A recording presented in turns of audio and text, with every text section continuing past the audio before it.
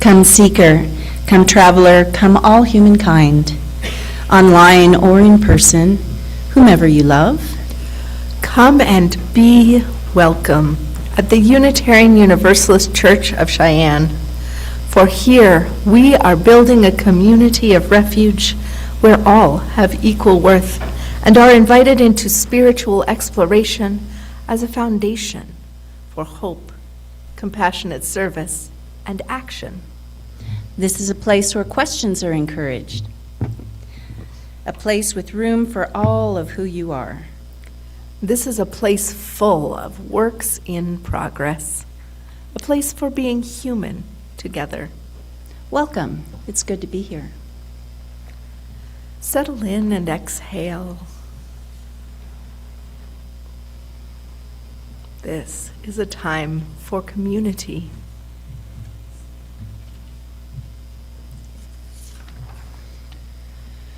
Good morning. I'm Michaela Saxon, a member of the board, here to welcome you to this church where we are on a shared journey to find meaning, connection, and community together. If you are new to us, please fill out a welcome card and drop it in the offering basket so we can share information about our activities and help find what nourishes your spirit here. There are note cards in your pew for writing joys and sorrows for the pastoral prayer. We pass a square basket during the offering to collect these. You may write your name or remain anonymous. You can also write "Do Not Share" on the card if there's something that you want held in care by our minister and pastoral care team, but not spoken aloud. Many activities and events happen each week in this community, so here's a couple that are coming up.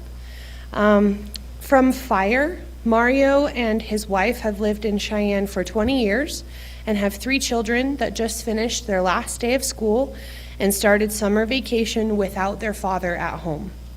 Mario was on his way to work on April 23rd and was pulled over for not signaling. His employer secured a lawyer and they are working to get him released back to his family and the community that he has been contributing to for 20 years. For specifics on food requests from the family, please email fire@uucheyenne.org. We are collecting items from June 4th through June 21st in the social hall. Also, please sign up to bring food for our farewell party for Reverend Elizabeth. Sign-ups can be found in the social hall. We are having a Mexican fiesta party, and everyone is invited, so mark your calendars for coffee hour on Sunday, June 28th. And now for Share the Plate.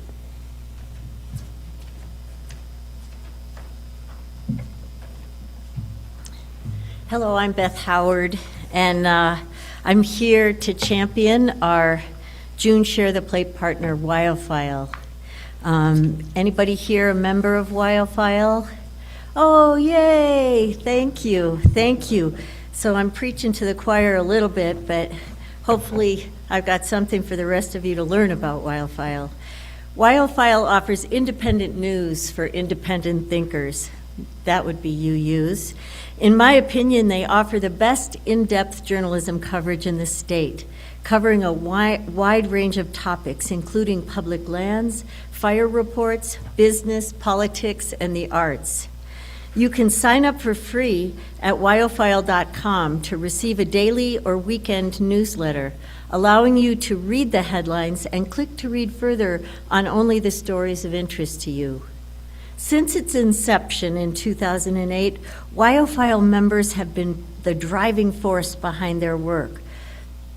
Members are those readers and subscribers who decide to support this service they rely on with financial contributions to fund the resources their reporters need to dig deeper into the stories that matter most to Wyoming. They hire some of the best and most experienced journalists in Wyoming. WyoFile's members are motivated by the simple belief that facts matter, and that healthy states and resilient democracies depend on well-informed citizens. That is why I am a member. During the 2026 Wyoming legislative session, WyoFile broke the Checkgate story about some legislators receiving checks from a conservative lobbyist on the floor of the House during the session. WyoFile was attacked and criticized by some for reporting that story, as there were many who wanted it to be settled behind closed doors. They stuck with the story through its final resolution of a rules change prohibiting such actions during the legislative session. Your donation to Share the Plate today or through the Realm app helps to provide free access for all to independent, nonpartisan, investigative watchdog reporting about the people, places, and policies of Wyoming. Please be generous. Thank you.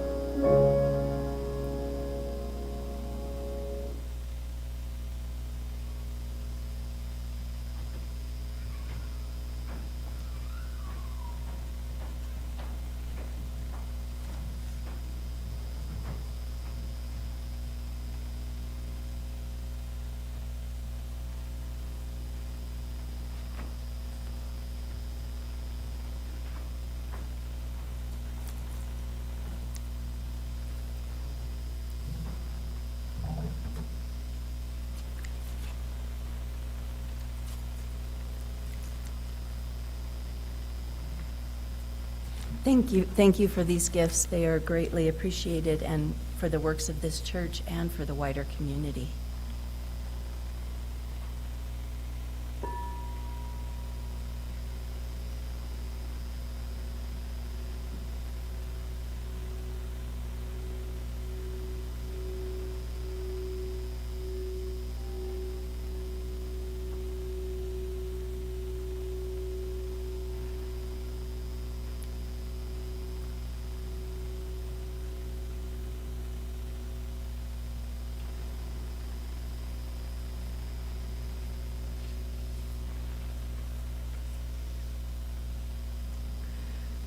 The poet, Rilke, invites us into questions like this, writing, "Have patience with everything unresolved in your heart, and try to love the questions themselves as if they were locked rooms or books written in a very foreign language. Don't search for the answers which could not be given to you now because you would not be able to live with them. The point is to live everything. Live the questions now. Perhaps then, someday far in the future, you will gradually, without even noticing it, live your way into the answer." With these words in our hearts, we gather as a people who love and value questions as holy work. So let us worship and let us do the questioning together. Our opening hymn is in our gray hymnals. As we rise in body or in spirit, please turn to number 354. We laugh, we cry, for even to question truly is an answer.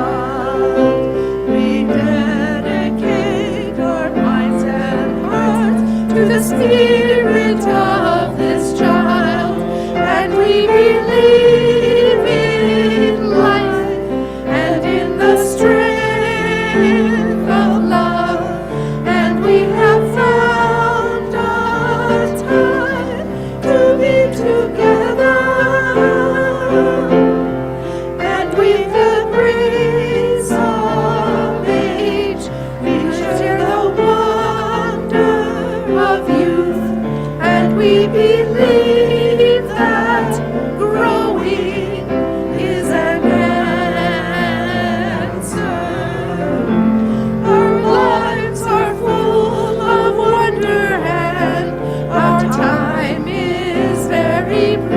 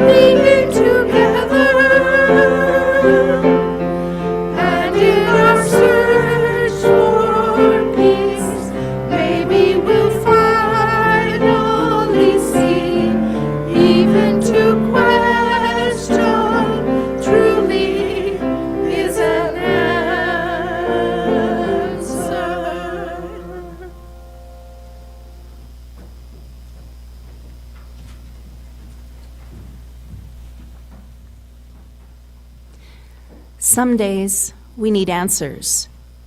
Other days we are caught in the questions themselves. Some days love makes a doorway to move through, and other days we are wrapped up in the sticky threads of our fears, our hate.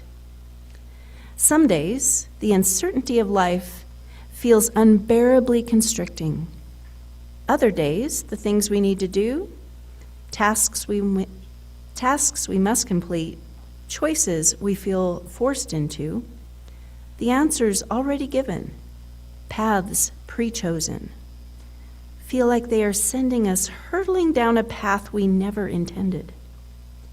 In these moments, too open, too narrow, too much, or too little, we come back to the center. We come to this shared space for contemplation to simply slow down and live in the questions, to find our lives once more, to examine and ponder, and most importantly, to breathe, to make space for questions, answers, wondering, mystery, to arise. For this, we come to church, not for a certainty of answer, but for space to ask.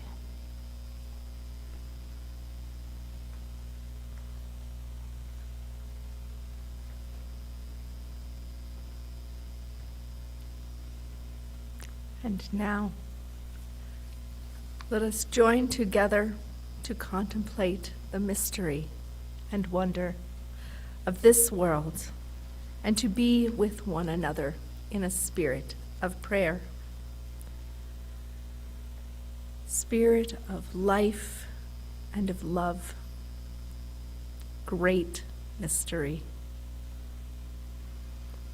We gather each week to be with one another, to support each other, and be a comfort in hard times, to celebrate our joyful and happy moments, to dwell together in the mystery of this magnificent, ever-changing life. And so today, we offer our good wishes and thoughts toward healing and well-being for Gina, who has a broken leg.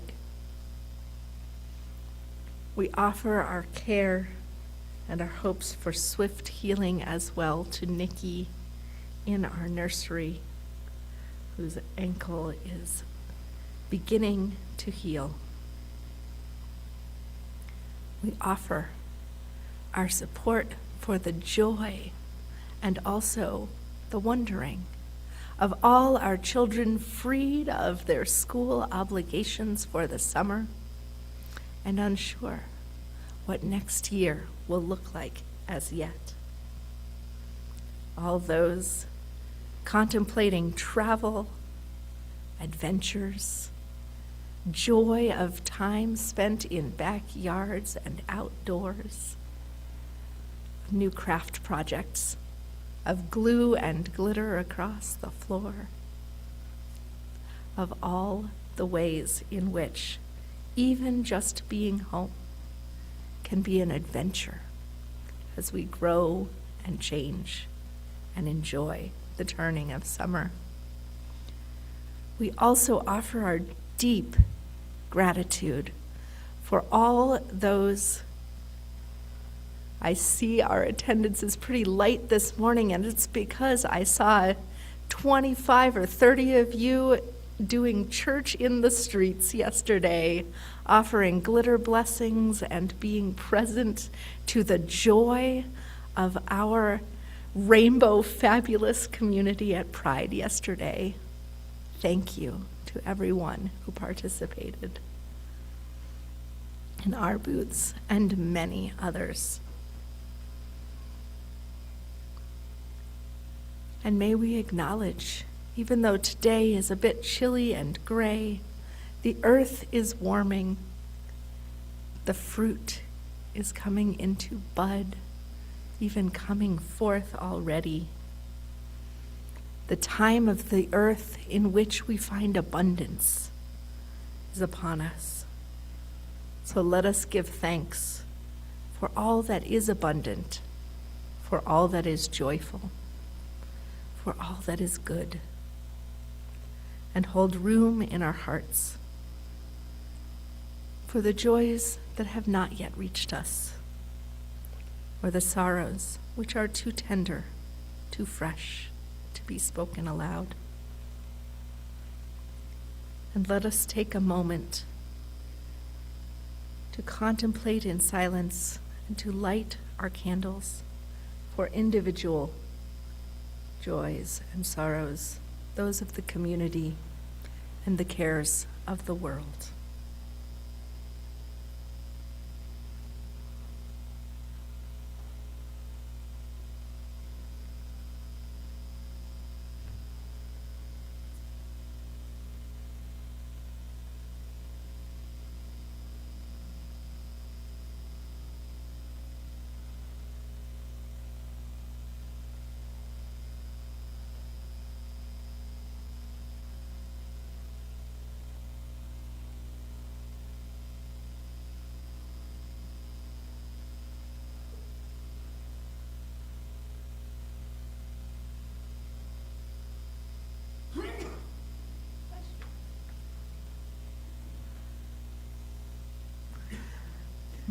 Bless you and amen and blessed be.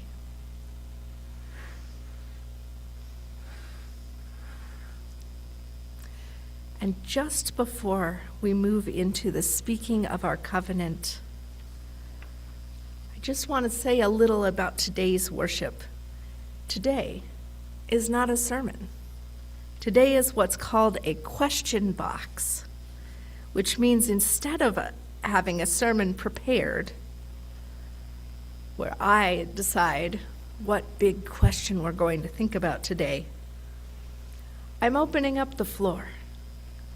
You all are going to think about what questions you might have. Theology, ethics, things you've always wanted to ask a minister, things that have always bothered you about the Bible or other sacred writings, things that you find really interesting and wish you knew more about, things about Unitarian Universalist history or about our hopes for the future. Whatever it is, current events to the very distant past. If you have a question, you can take out one of the index cards in the back of your pew and write them down. Even if you don't have a question, you can take out one of those index cards and draw me a little picture. If everybody puts in a card, then nobody has to feel like, wow, I had too many questions. I put in 3 cards and no one else in my pew put in any. If you need a card, Audrey has more. If you need a writing implement, Audrey or Jed can probably find you one. And you've got a few minutes, because right now, after this little explanation, we're going to have the young and the young at heart come forward and speak our covenant aloud. And we'll have a message for all ages. And it won't be until well after that you'll need to turn in those questions. So feel free to take some time for pondering.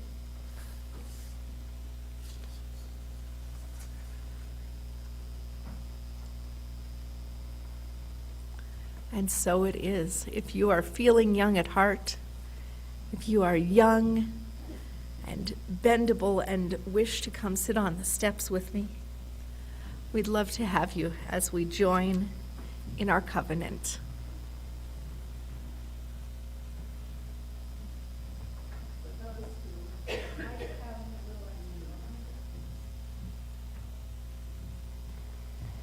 For those who like the extra reminder, those words are printed on the inside cover of your order of service. So we begin Love is the spirit of this church, and service its cause. This is our covenant, to dwell together in peace, to seek truth, and to help others. And let's have a seat. Today's message for all ages says it's what do you do with a chance in your order of service, but it's not. It's Rabbit Looks for God by Kelly Wiseman Apsruth Jackson. And it says, one day, a rabbit set out from the woods carrying a question to all the other creatures that it met. The first that the rabbit encountered was a butterfly fluttering past in an open field. So the rabbit asked, "Friend butterfly, what can you tell me about this thing called God?" Well, the butterfly thought for a moment. It's not a question that butterflies get asked very often. And said, "God is the guiding wind that blows me from this field to that one and points me to where the weather is warm, where I can help the flowers bloom by flying from one to another." The rabbit thanked the butterfly and continued. Coming to a horse grazing at the other end of the field, the rabbit asked, "Friend horse, what can you tell me about this thing called God?" The horse also had not been asked this question before.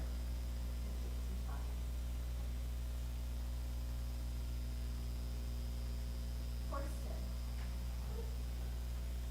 "This microphone might be out of use. You can still hear it. Turn itself off." Yeah, but people on Zoom can't hear me. That happens. There we go. So,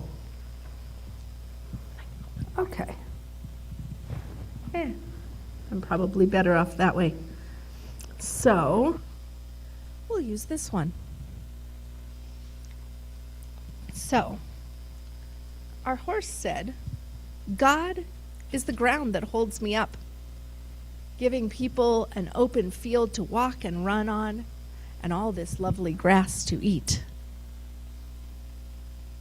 The rabbit thanked horse and hopped a little further on.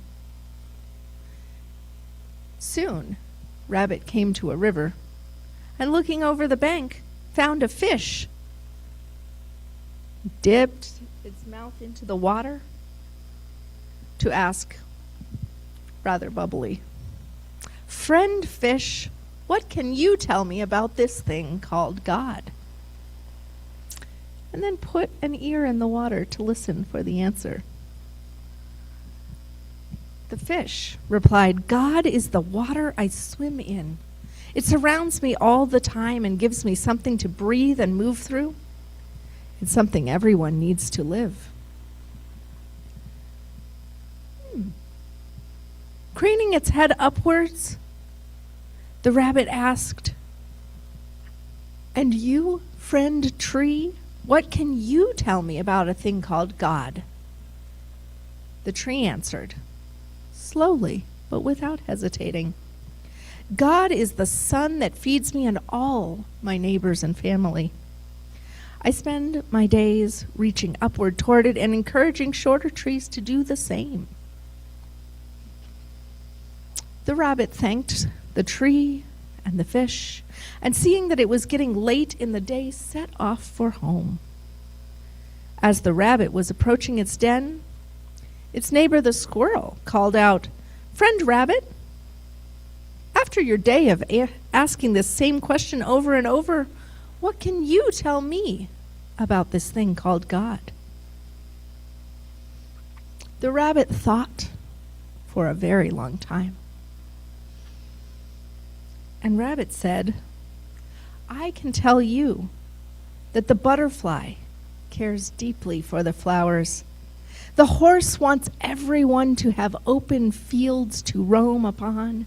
The fish knows that everyone needs water to live. The tree hopes for its children to grow as tall and strong as it has grown. And then the rabbit went down into its burrow and slept for the night.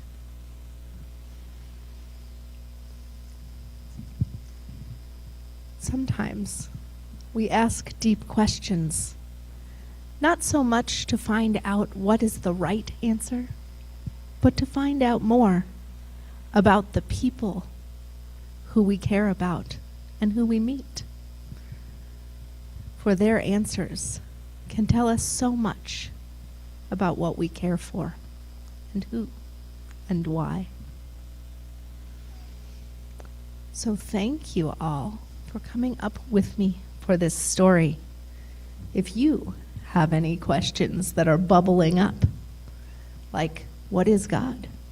Is there a God? Why is this rabbit so preoccupied with God? Whatever questions you may have, feel free to continue writing on your note cards. And we'll see you soon.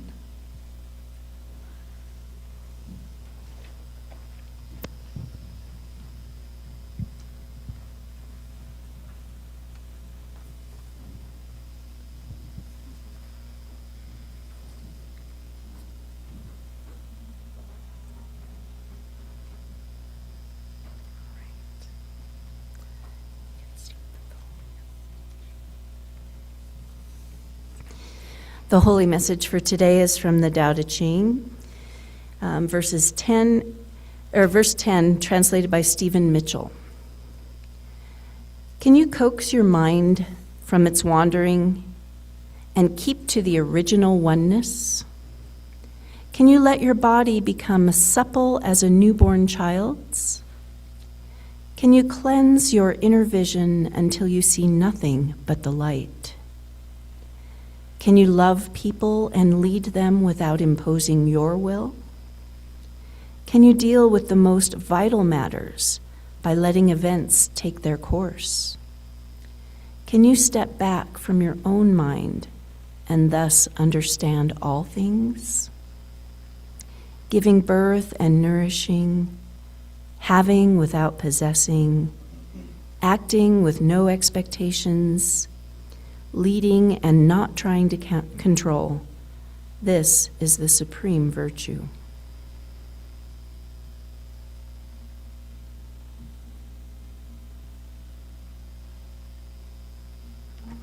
And our core reading for today, It Matters What We Believe, by Sophia Lyons Foss. Some beliefs are like walled gardens. They encourage exclusiveness and the feeling of being especially privileged. Other beliefs are expansive and lead the way into wider and deeper sympathies. Some beliefs are like shadows, clouding children's days and fears of unknown calamities. Other beliefs are like sunshine, blessing children with the warmth of happiness. Some beliefs are divisive, separating saved from unsaved, friends from enemies. Other beliefs are like bonds in a world of community, where sincere differences beautify the pattern. Some beliefs are like blinders, shutting off the power to choose one's own direction. Other beliefs are like gateways, opening wide vistas for exploration. Some beliefs weaken a person's selfhood. They blight the growth of resourcefulness. Other beliefs nurture self-confidence and enrich the feeling of personal worth. Some beliefs are rigid, like the body of death, impotent in a changing world. Other beliefs are pliable, like the young sapling ever growing with the upward thrust of life.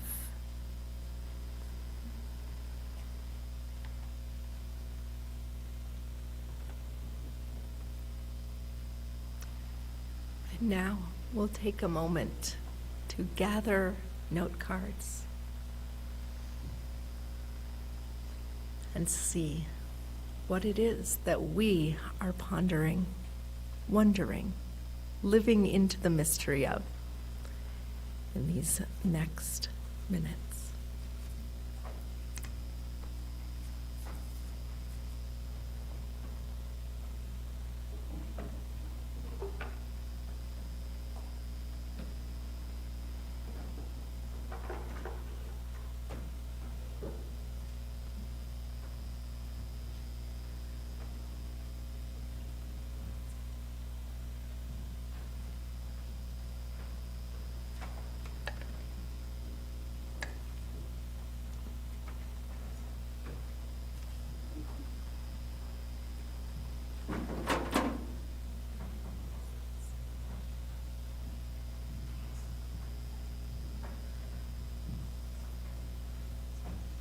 They'll come back in a moment.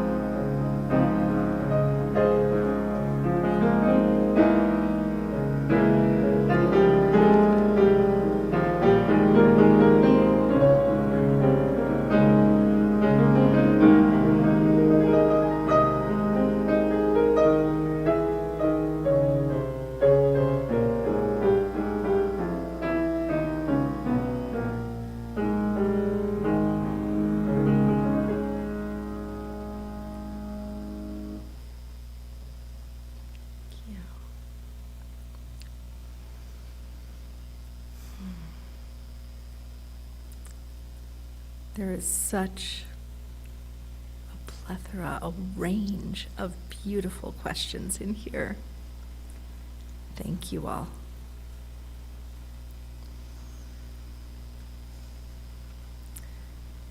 I haven't so much attempted to put these in any particular order.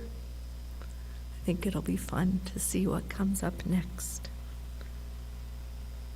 Our first question is, what would the divine or sacred readings say about helping our fellow neighbors versus enabling, a term which sometimes is used today?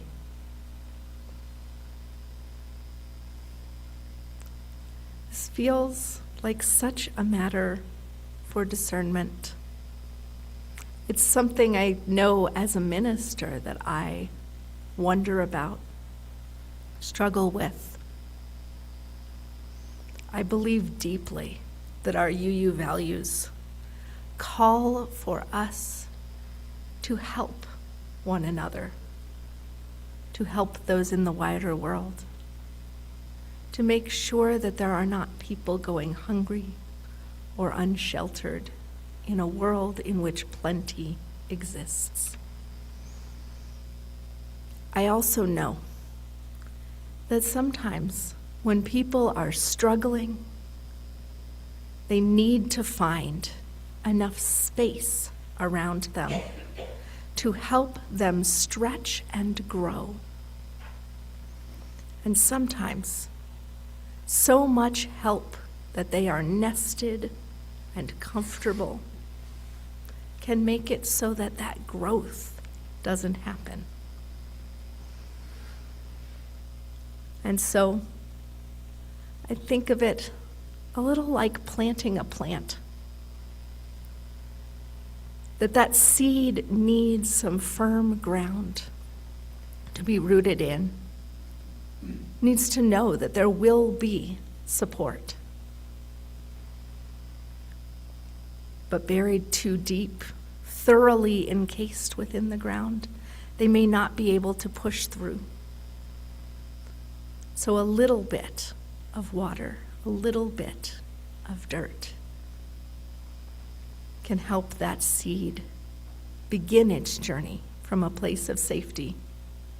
But then it has to be allowed to find the weather and adapt to it, to feel the wind, to engage with the sun. There are so many sacred readings, so many pieces of poetry that speak to this balance. And it's a hard one. And every situation is a little different. But giving people a chance to try for themselves means that they grow in strength and in capacity and in trust that they themselves do have the tools. And so it is always my hope for you and for the people around you that you be allowed the chance to be unbalanced a little, to make mistakes a little, to do what is not the best for you a little. Hopefully not in ways that cannot be undone, but in ways that let you learn that when you make a mistake, you can undo it and get better by trying again.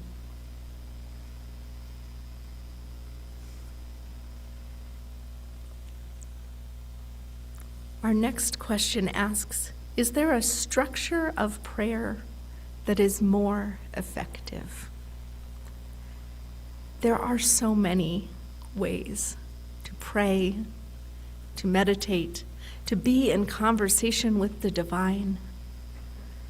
For some folks, what works best is something like a Zen tradition that asks you to spend time examining your thoughts and emptying them from your mind. that asks you to learn to let yourself find quiet amid the bustle of life, to let thought and emotion flow through you without attaching. For others, a rote practice, like a rosary or a repeated phrase or set of structured prayer forms, seem to work better. A rosary allows you to go around bead by bead, saying a set form of prayers that people have been saying for 2,000 years, knowing that you are part of a long line of tradition, knowing that the words are already set for you. You don't have to wonder if you're doing it right, if you're doing it. Some people enjoy a structure that's a little more loose.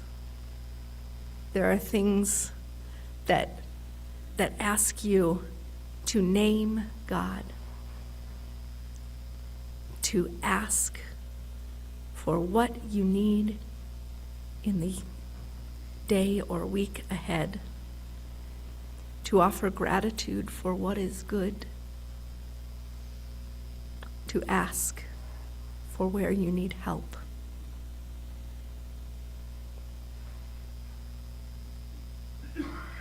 There are prayers of confession that ask where you have made mistakes, where you have harmed others, and ask you to live into those questions, to answer them for yourself each day.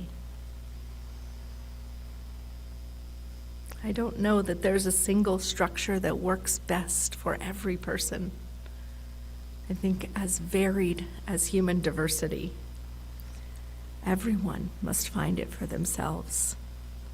I do know that with prayer, with meditation, with all manner of contemplation and spiritual growth, that practice, spiritual practice, is what makes it so that that is something you can turn to when things are hard. It's harder to begin a practice or try something new when we are in crisis. So having a practice when we feel that we don't need it can be the thing that makes that practice deeply meaningful in the times when we do.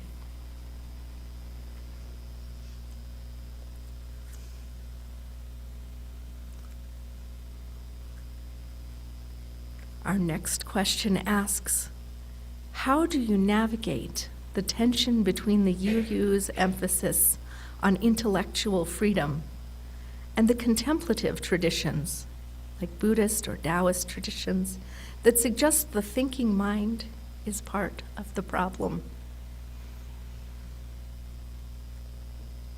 For me personally, I think both things are true and necessary. We need discerning minds. We need to be able to look at what is happening in this world, in this time, and make real, hard choices about our ethics and our values and who we are called to be in response to the world. Inaction is not an option. But we also need space to quiet our minds, to allow our spirits and our hearts rest, to clear out those attachments that would weigh us down and tell us that we can never do enough because we can't carry the entire world each on our shoulders alone. We have to have space for both. And once again, we come back to that balance. It is a tension, and it is supposed to be. For like anything that grows, we are constantly in a state of movement and flux. to be perfect, to be stagnant, would be a dead way of being. Human beings change in every moment, from our smallest cellular level to how we learn and grow from our experiences. There is no point in your life at which you are not making new neurons and new connections in your brain. There is no point in your life in which your heart is not beating and your blood is not flowing and your body is not reacting to every minute change in the world. So I hope for you that you can move back and forth between thoughtfulness and openness to letting things flow through you, between holding tight to what you love and letting go of all you cannot save.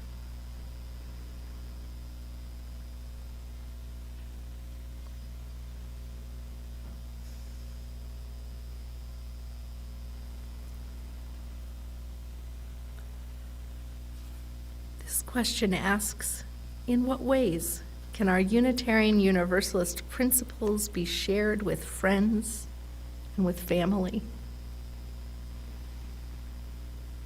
I think the shortest answer is through love, through our actions and our caring. Sometimes people will say something where I go, actually, you might want to try a UU church. But more often I find that preaching to people who didn't come into the sanctuary to be preached to isn't the thing that's going to reach them. That in fact, what reaches people are the feelings they have from being with us. Are you having curious conversations with people where you ask questions and live into the wonder of difference of experience?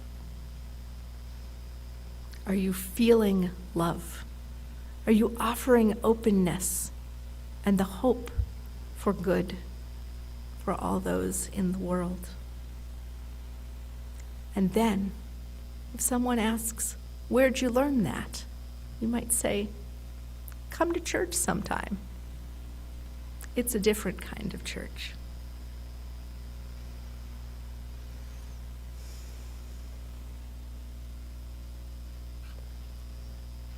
This is a fascinating question. What do you believe about the gender of the divine? I'm going to throw that out to you. How many people believe that the divine has some kind of gender? In this room, I'm not seeing a lot of hands, but it's very probable that we have some Unitarian Universalists who believe in our wide network that the divine has a gender, that the divine has many genders, that all the genders that exist in the world are a part of the divine, that all the ways of being and forms of reproduction that have ever been imagined are a part of divine possibility. That in all of creation, there is such magic of variation. And maybe that in spite of all of that, that the divine, that God, that the universe is so far beyond what we would conceptualize as a gender, that effectively the divine does not have any gender. All this and more is true across the breadth of Unitarian Universalism. But it is truly my hope, as Rabbit can see the many things, the many ways that all of his friends of the forest love, through the question of what do you believe God is, that we can see in one another and our many ways of being the magic of divine existence, that all creation is contained in all of humanity.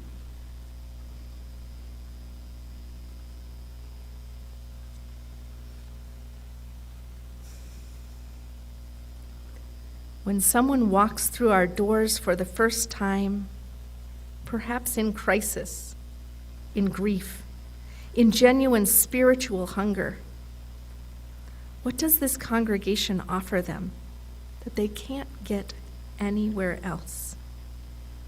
What gaps exist between what we offer and what folks might need or be looking for? This also feels like a question for all of you in the room today and all those who make up this wider congregation and our friends and our community. When someone walks through our door, I hope that we are met with love, that that person experiences welcome, a joy that they have come to try this place as a possibility for comfort, for companionship, for finding that first bit of grounding, for spiritual growth.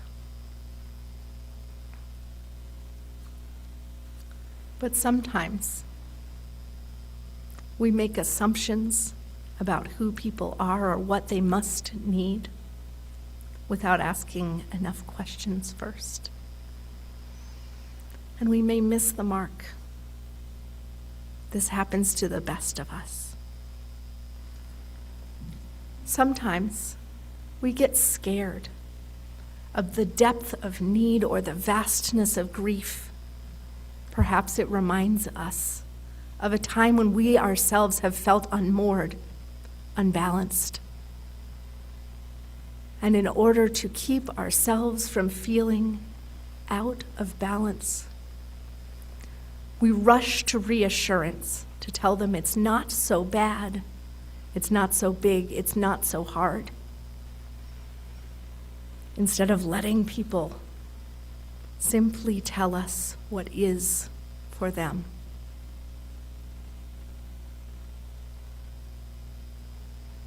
I often think our biggest gaps are in listening or finding the right question to ask that allows someone to feel ready to open their hearts and say what is truly difficult to express in words.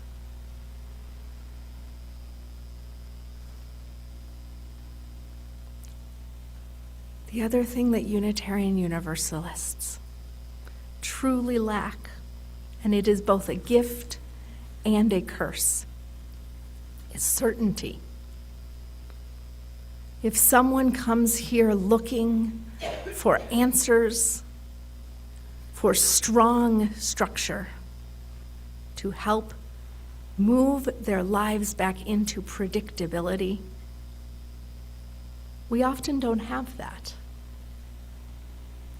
We ask that people find what feeds their spirits, and we have options. But if what you're looking for are not options, but one clear path that says start here, that's harder to find in Unitarian Universalism. And it may mean that there are unmet needs.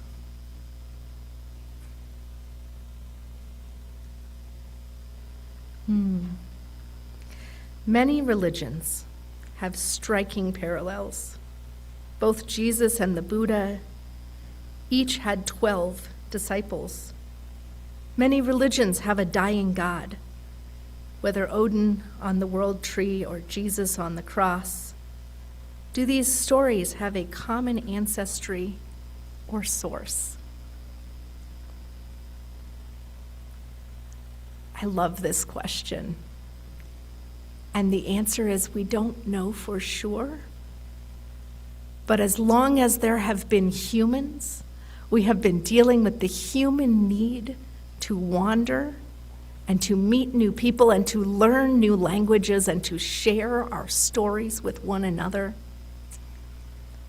And so it is probable and likely that stories have crossed and recrossed vast distances and oceans, changing and turning in the telling for eons. It is interesting to note that stories have moved across continents in ways that are unpredictable. There are tar baby stories that pop up in Native American traditions long before African natives were brought to the Americas enslaved. Even though we think of those as stories from the African tradition. There are stories that tell of animals that are prehistoric or that never lived on the continents in which those stories have arisen. There are stories that tell of geological movements found in places that are hundreds and thousands of miles from where that geology occurred. Stories told on dry land that only make sense if you go to the ocean far across the continent. So yes, there is not one common ancestry or source, but a multitude. When people find meaning in stories, they grow and shift and live beyond our wildest expectations. And it is reasonable to believe that all human stories come from humans who once knew someone else who told that story or a slightly different one again and again across the world. We have so many good, wonderful questions, and I do want to let people get coffee at some point.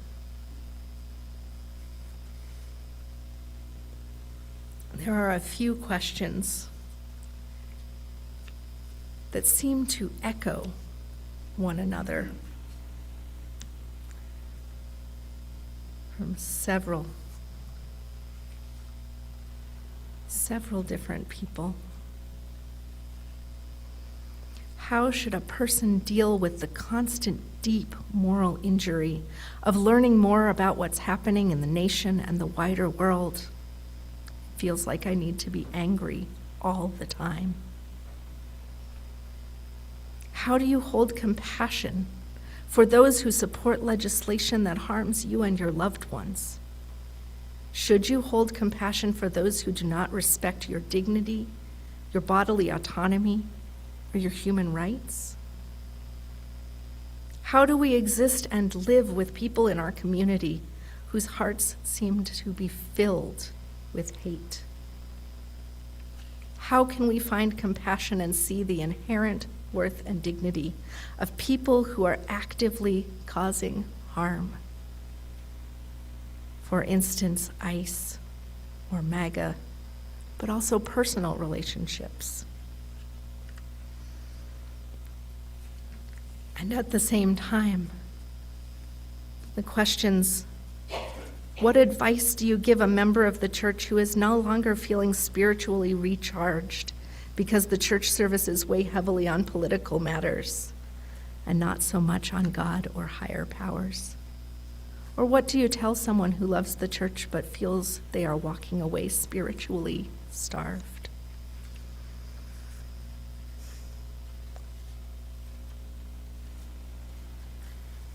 Unitarian Universalism asks us to root in love. For some of us, love feels like God.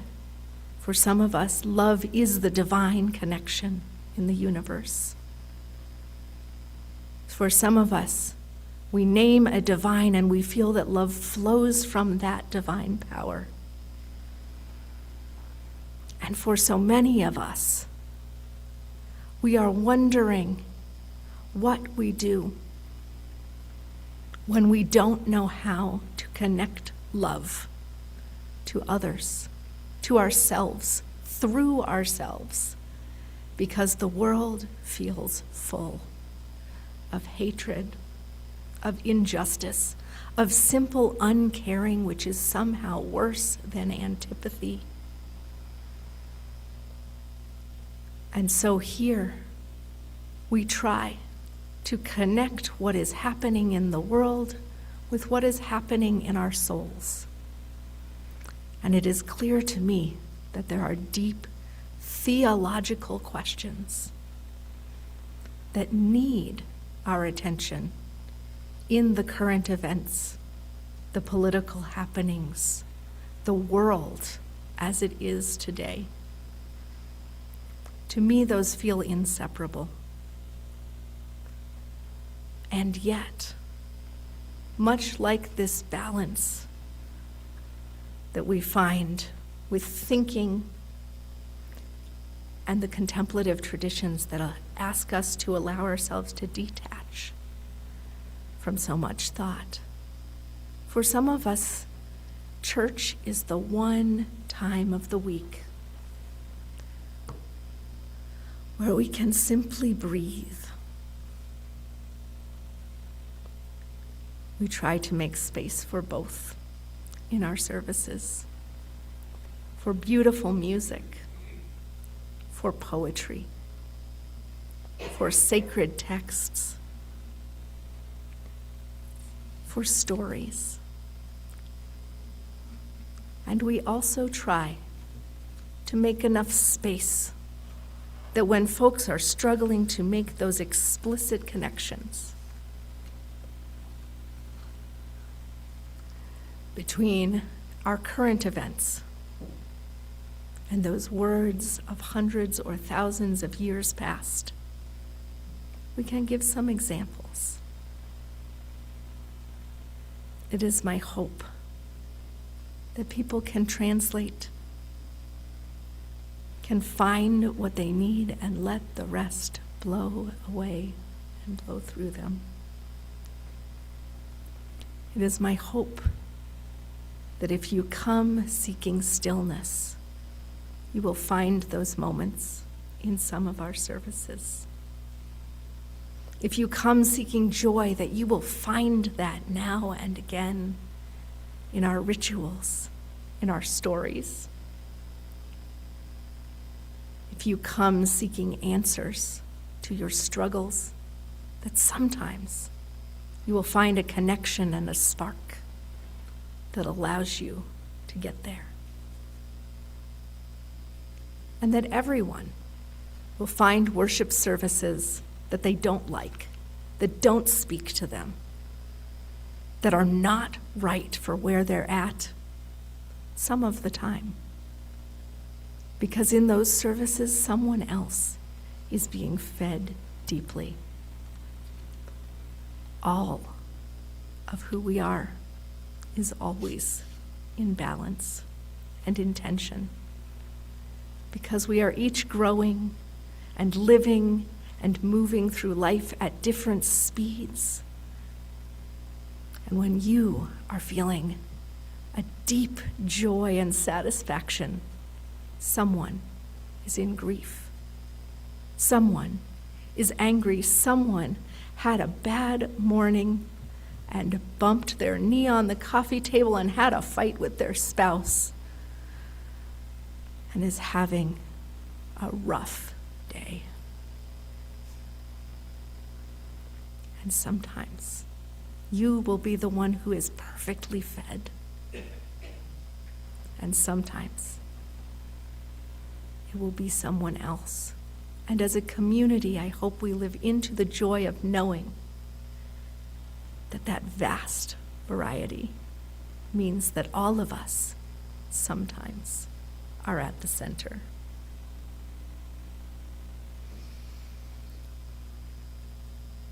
It is time to close our worship. Before we do, I want to let you know that I also received a drawing of the Cheese Wizard, and I thank the artist for offering, as well as so many questions, a place of joy in this worship.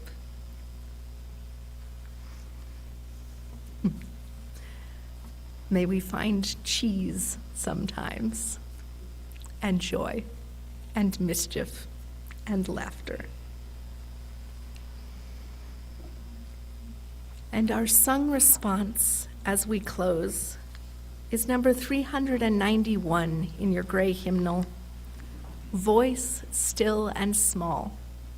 Because whatever I say, whatever answers I give to you, it is truly you and your inner voice that let us know what feels like truth and what you are ready to hold.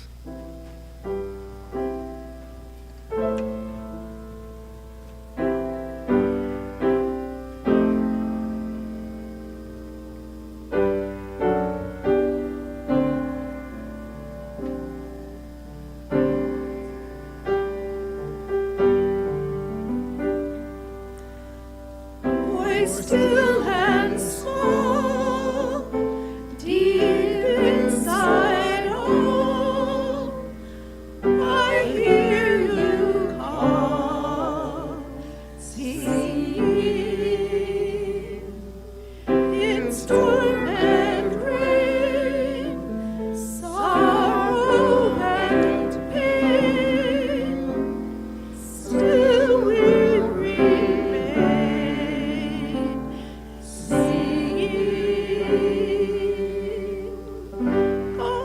Calling my fears, quenching my tears, through all the years, singing.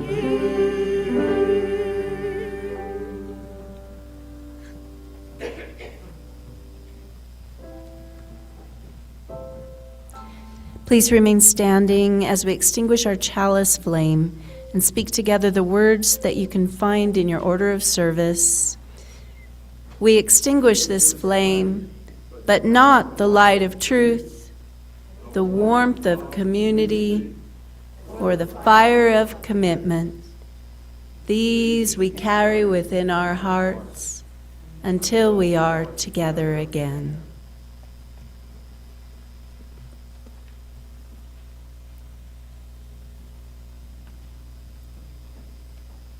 And so, as we close today, may you remember that in this space, we offer community, we offer many paths, we offer many possible answers. And yet, it is that voice, small within you, that tells you what it is that you need. May you find the space in which to listen and to find the thread of love that calls us onward down our many paths. Blessed be